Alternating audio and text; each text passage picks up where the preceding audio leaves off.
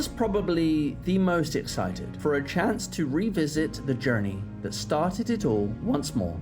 Confrontation, rivalry, epic moments that defined gaming. Surely I could look forward to my Nintendo Online membership bringing it home. Huh? I guess not. Fortunately, that journey was close by. Before leaving the UK to kick off a life on the other side of the world, together with my trusty OG Nintendo DS, I brought my copy of Pokemon Leaf Green.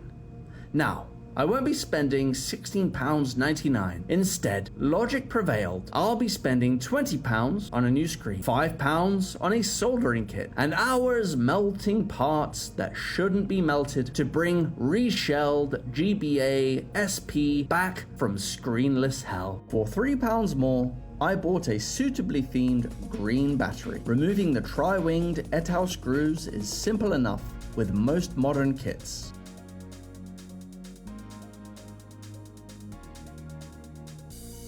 The motherboard just floats right out and is pretty versatile. But don't do that. First, let's see if this fossil still has life.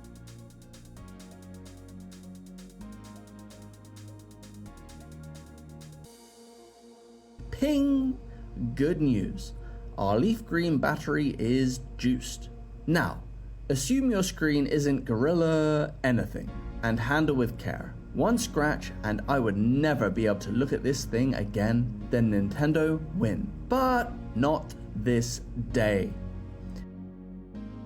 Let's get that new IPS screen housed.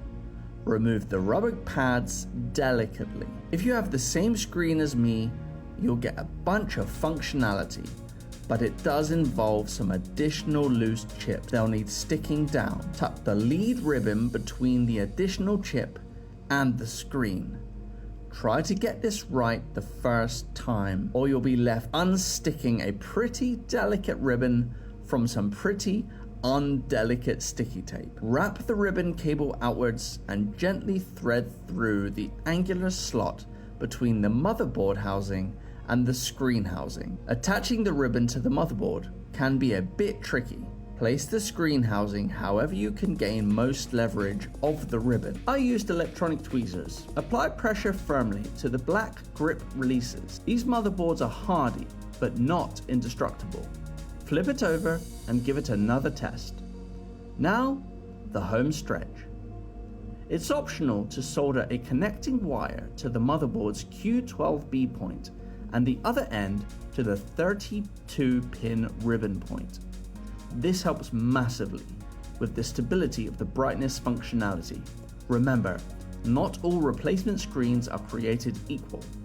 A pretty delicate operation, but not too hard.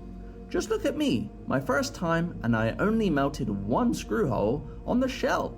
Yay! Excuse me for not including the solder in this video, but as you can tell from the catastrophic IKEA table, something went down here. And there you have it. Pokemon Leaf Green is back. I'm excited to pick up where I left off and continue my journey through Kanto. Leave a comment if you have any questions on parts, suggestions on next projects, or any hate to leave. It's all welcome. Idlo R, out.